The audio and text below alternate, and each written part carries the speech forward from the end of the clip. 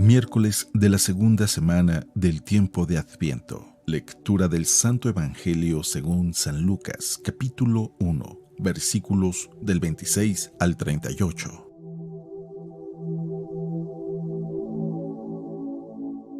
En aquel tiempo, el ángel Gabriel fue enviado por Dios a una ciudad de Galilea llamada Nazaret, a una virgen desposada con un varón de la estirpe de David llamado José. La virgen se llamaba María.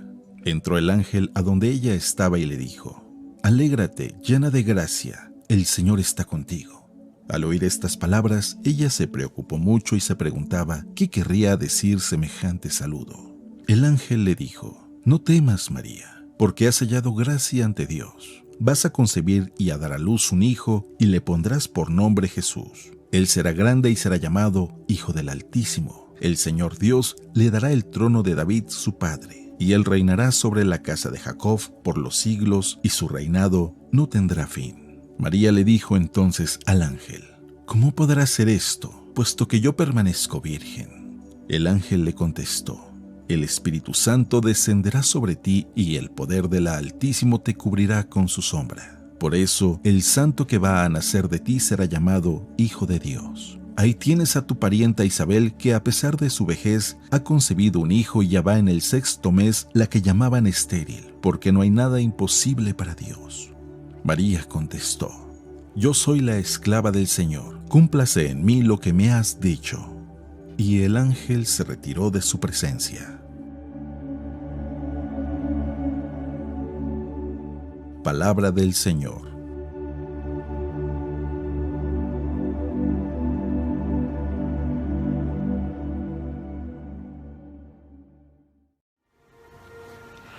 Muy buenos días y feliz fiesta de la Inmaculada Concepción de María. Ya en otros videos he hablado detalladamente de lo que significa el dogma y de lo que significa la declaración específica de este dogma. Nada más voy a decir un breve resumen en este momento. Si te interesa saber más sobre lo que es el dogma, puedes ver los otros videos que he hecho conforme a las fiestas marianas que hemos ido celebrando. Dogma, lo primero que tenemos que saber es de que no es solamente una declaración de fe y que tienes que creer ciegamente. No, esa es una definición muy pobre de lo que es dogma. Dogma es cuando con nuestra razón tratamos de analizar y tratar de entender todo lo que implica la obra de redención que Dios ha hecho por nosotros. Y claro, llegamos a un punto en donde ya no podemos entender y simplemente decimos: así debe de ser, y nos abrimos a la contemplación y a la admiración. Dogma, lejos de ser una cerrazón, es más bien una apertura al misterio y poder contemplarlo. Ahora, a lo largo de la historia se han declarado muchos dogmas, que no quiere decir que hayan empezado a existir en ese momento, sino que a través de todo un desarrollo, de una reflexión, de una vivencia, es como llegamos a ese punto. Por ejemplo, en los primeros años del cristianismo siempre se creyó en la doctrina ortodoxa o en la correcta experiencia de fe que Jesús es verdadero Dios y es verdadero hombre al mismo tiempo, que es Dios hecho hombre, en todo semejante a nosotros, como declara la Escritura, excepto en el pecado, como lo declara en la Escritura. ¿Para qué? Para que Él, asumiendo nuestra naturaleza al morir en la cruz, pudiera salvarnos. Ahora, no falta quien empieza a sacar ideas nuevas que se van a un extremo. Por ejemplo, al principio de la era cristiana, alrededor del año 200, 300, empezó a haber personajes que decían que Jesús era Dios con apariencia de hombre. Y otras herejías decían que Jesús en el bautismo fue cuando se convirtió en Dios, que antes no.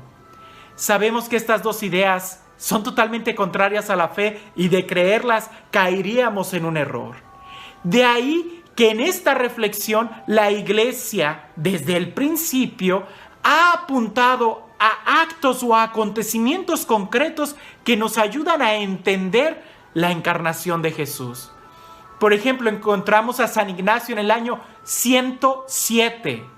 Jesús murió en el año 33 y pocos años después, San Ignacio en el año 107 dice esta frase: María es Madre de Dios.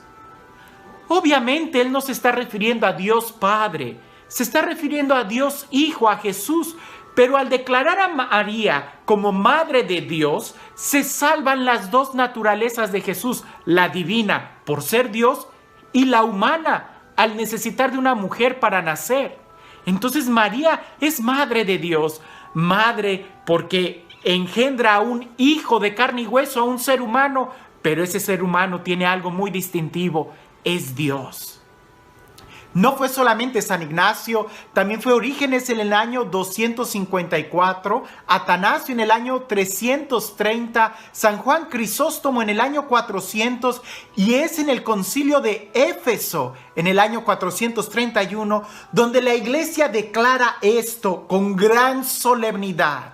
En un concilio, en el concilio de Éfeso, diciendo: María es la Theotokos, la Madre de Dios. Y los concilios están ahí a tu alcance. Tú puedes leer todos los concilios a lo largo de la historia. María es la Madre de Dios. Y de ahí se desprende el segundo dogma.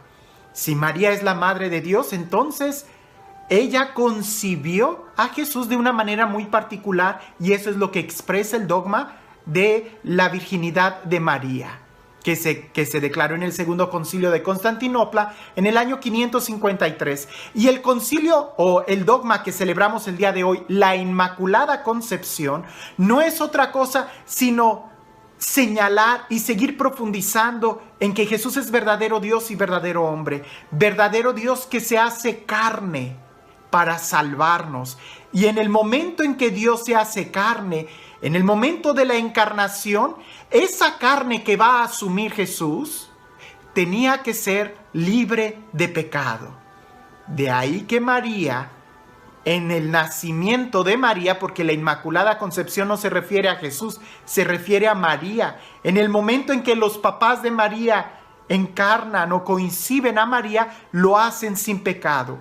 Ojo, no por los méritos de María, sino de una manera anticipada se le aplican a ella los méritos de Jesús en la cruz para que Jesús pudiera asumir una carne sin pecado. Y lo entendemos racionalmente, pero no lo comprendemos totalmente en nuestra historia. Las matemáticas no nos cuadran aquí, como el dogma de la Trinidad. 3 personas, un solo Dios, cada uno es diferente. No lo entendemos, entonces nos abrimos a la admiración. Pero hay algo importante que el día de hoy me gustaría subrayar más. Que cuando hablamos de la Inmaculada Concepción de María, estamos hablando de una mujer que nunca tuvo pecado. De una mujer que nos demuestra, porque ella fue libre. ¿Y en qué lo vemos? Que cuando el ángel se le aparece a María, no solamente le anuncia, sino que casi le pide permiso. De ahí la respuesta de María: hágase en mí según su palabra. La siempre fiel, la siempre abierta, la siempre dócil, la llena de gracia. En este mundo tan hedonista en el que vivimos, y cuando me refiero a hedonista es en un mundo donde los placeres se viven a flor de piel y pareciese que el pecado es el único camino para ser feliz, es totalmente equivocado.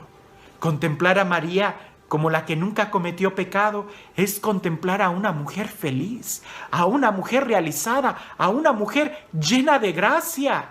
Solamente observa esto. María le dijo que sí al Señor y pasó tantas aventuras que ningún superhéroe ha podido vivir juntos. María, el poder experimentar el anuncio del ángel, el poder concebir al Hijo de Dios, el poder contemplar todos los acontecimientos de ella, estar cerca de los milagros, estar cerca de la crucifixión de Jesús, de la resurrección, del día de Pentecostés. Ella tuvo una vida llena de emociones profundas que ella iba guardando en su corazón.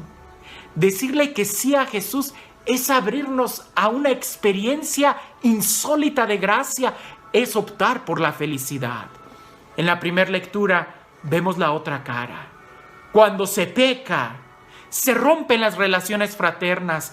Cuando se peca, te escondes de Dios. Cuando se peca, acusas a tu hermano. Cuando se peca, pierdes la felicidad. Piensa en esto. No hay nada malo que el pecado no pueda hacer peor. Y no hay nada bueno que la gracia no pueda mejorar. Hoy que reflexionamos en este misterio de la Inmaculada Concepción de María, también tenemos que reflexionar en cómo está mi vida. Si en realidad yo busco y aspiro la santidad, si en verdad yo quiero ser feliz, si en verdad me estoy abriendo a la gracia. Hoy en el Evangelio vamos a escuchar el anuncio del ángel a María, pero ese anuncio también se nos hace a nosotros. ¿Estamos dispuestos a ser felices?